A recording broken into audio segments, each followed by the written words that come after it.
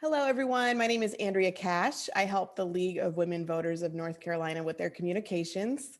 This is the second in our series of videos on redistricting, a very vital topic for 2021. I am here with Jennifer Bremer. She is on the board of the League of Women Voters of North Carolina, and she is quite the expert on this topic. So let's jump in. Jennifer, last time we talked about redistricting and what that is. What is gerrymandering, a word we hear constantly? Well, redistricting, just to recap briefly, is when we adjust our districts to keep the number of residents in each district the same as the population changes. And we do that after the census. Or especially in North Carolina, when the court says, you did it wrong the first time, do it again. And gerrymandering is a distortion of redistricting. Redistricting is a perfectly normal process, but gerrymandering is when these districts are drawn for the political benefit of the party in charge, because the party in charge can control the map drawing, and if they can use that to draw districts that favor themselves, they're generally going to do it. So then there's also in North Carolina and in many states around the country, especially in the South, you'll hear the distinction between partisan redistricting or partisan gerrymandering and racial gerrymandering. And in the South, those things are actually happen to overlap a lot. They're both illegal. Racial gerrymandering was declared to be illegal, was found first illegal in a court case, and then that's been encoded into law. Partisan gerrymandering is felt to violate the Constitution, and we now have of the state, and we now have a growing series of cases that really have confirmed that extreme partisan gerrymandering is unconstitutional. It violates the Fair Elections Clause of our Constitution. And how do they do it? I mean, I've heard these terms, packing and cracking, but break it down a little bit. Sure, I'd be happy to do so. That's really where it becomes. It can seem like it's getting wonky, but it's actually an amazing technique, and the impact that it has on our democracy, while it's not a good impact, it is certainly it's sort of fascinating the way it works. At least a wonk like me finds it fascinating, and I hope you'll find it interesting. And I'm going to use some basically screenshots from a video that's part of a very good film about redistricting reform called Line in the Street, that was produced and directed by a father-daughter duo up in New York State, Bob Millman and his daughter Rachel Millman. You can find it on Vimeo, and I'm sort of required to say that because, in fact, we're using this information by permission. So he came up with this great way to show that, which is called pennies and dimes, and he starts with a set of 100 pennies, 100 coins, 50 dimes, and 50 pennies, representing a community that is evenly split between the two parties. And then he doesn't leave the coins in rows because, of course, people don't live in rows. He mixes them up and lays them out. Then he shows what happens without moving the coins at all, just keeping them mixed up that way. What happens if first the pennies draw the map and then the dimes draw the map? So, and in both cases, they use these techniques that are called packing and cracking. And the first one, packing, is you create a few districts that are as completely as possible made up of the other parties' voters. So you pack a bunch of them into 2 districts, say. And then for the rest of them, you draw districts that spread them out as thinly as possible across the remaining districts. So that's called cracking, because they're cracked into little chunks in these different districts. So that's packing and cracking. And in this first slide, you can see what happens if the pennies draw the map. So they start out by packing the dimes into 2 districts where the dimes are 100%. They're going to win those districts.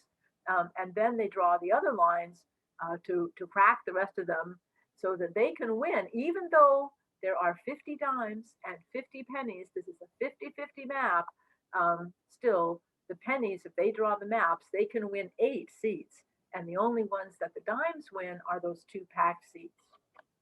Well, you say, okay, well, maybe it's just because the way the coins are. So let's look at it the other way. What if the dimes draw the map? Well, they do the same thing. They begin by packing the pennies into a couple of districts, 10 pennies in each of those two districts and no dimes. And then they draw the other lines so that they're little clumps of pennies in the rest of the 8 districts. And the result is the exact opposite. The dimes this time win 8 and the pennies only win 2. I say, well, maybe this map is just, distorted and it's just, just very easy to gerrymander. Well, no, you can also draw very, compact districts that keep communities together. And this slide shows that, where you have 2 up there in the upper right that are 50-50, 5 of each from each party, as it were. And then the others are one by one or the other. You have 4 that would go dime and 4 that would go penny. And in all cases, the margins are pretty tight. And that's an important feature. When you have these tight margins, you're going to have both parties competing for the voters and trying to respond to them, trying to be, do what they want, because they can be voted out. If they're in a close district like that, then they're going to be more accountable. If they're in a safe district, why bother? Why not just, why not just do whatever you want? Because, you have enough people that are from your party, they're going to always vote you in. But that's basically the way it works. That's what packing and cracking is. And that's the main technique that's used. These days, that's backed up by a lot of data and a lot of information about how people voted in different neighborhoods and where they shop and whether or not they go to church and where they go to church, what magazines and newspapers, what they watch on TV. All of that is data that can be bought about you, about me, about all of us, and that enables them to really fine tune this and turn what used to be sort of an art into a real science, so they can draw the map any way they want. So gerrymandering creates safe seats for politicians. It makes sense why politicians like it. But what does gerrymandering do to our representative democracy? Well, as that suggests, when you can't, to me, really a fundamental principle of our elections is not only that we choose our representatives, but that we can throw them out. Because it's that threat of being thrown out that really makes them accountable, because they know that, if they want to keep in office, then they have to listen to the voters. And gerrymandering just cuts that completely off, because they're in a safe seat, they're going to be reelected, and they don't have to listen to the voters. And not only are they in a seat where most of the voters, automatically are going to be on their side because it's been drawn to favor their party, but by the same token, they don't have to listen either way. And that just really that undermines our democracy, that we can't throw them out. And moreover, it tends to lead to a separation into armed camps. And we can certainly see that as a major problem in our democracy. It's not entirely due to gerrymandering. There's a whole bunch of different factors but gerrymandering reinforces that because it tends to drive the two parties further and further apart because they're only speaking to their loyal voters on either side. And I want to emphasize that it is either side. Even though gerrymandering benefits the party that's doing it, otherwise, why would they do it? But it also benefits the office holders of the other party, because it also creates safe seats for them. And so that leads to some very unhealthy dynamics in our democracy, where where there's the voice of the people is really not able to be expressed in these critical elections. And one thing I want to emphasize, although we usually are talking about the legislature or the Congress in terms of those districts that are gerrymandered, you can gerrymander anything that is divided up into districts. So if you have a county commission that has districts, if you have a city council, if you have a school board, all of those things are going to be redistricted in the coming in the coming year, and all of them are going to be drawn by the people who hold office themselves. So the county commissioners will draw their own district. The city councilmen will draw their own districts. And all of them can be gerrymandered and have been gerrymandered and have been the subject of suits. The other thing that's a little bit different about the way this works in our state is that the legislature, if it wants to, can go in and redraw any of those jurisdictions. If it decides that it doesn't like the fact that this county is controlled by this party, they can go in and redraw the county commission districts whenever they want. Same thing with the school board or the city council, and they have done that. It has sometimes been thrown out by the courts, but nonetheless, in our state, they have the ability to do that. They can gerrymander not only their own seats, but anyone else's seats that are in districts. Wow.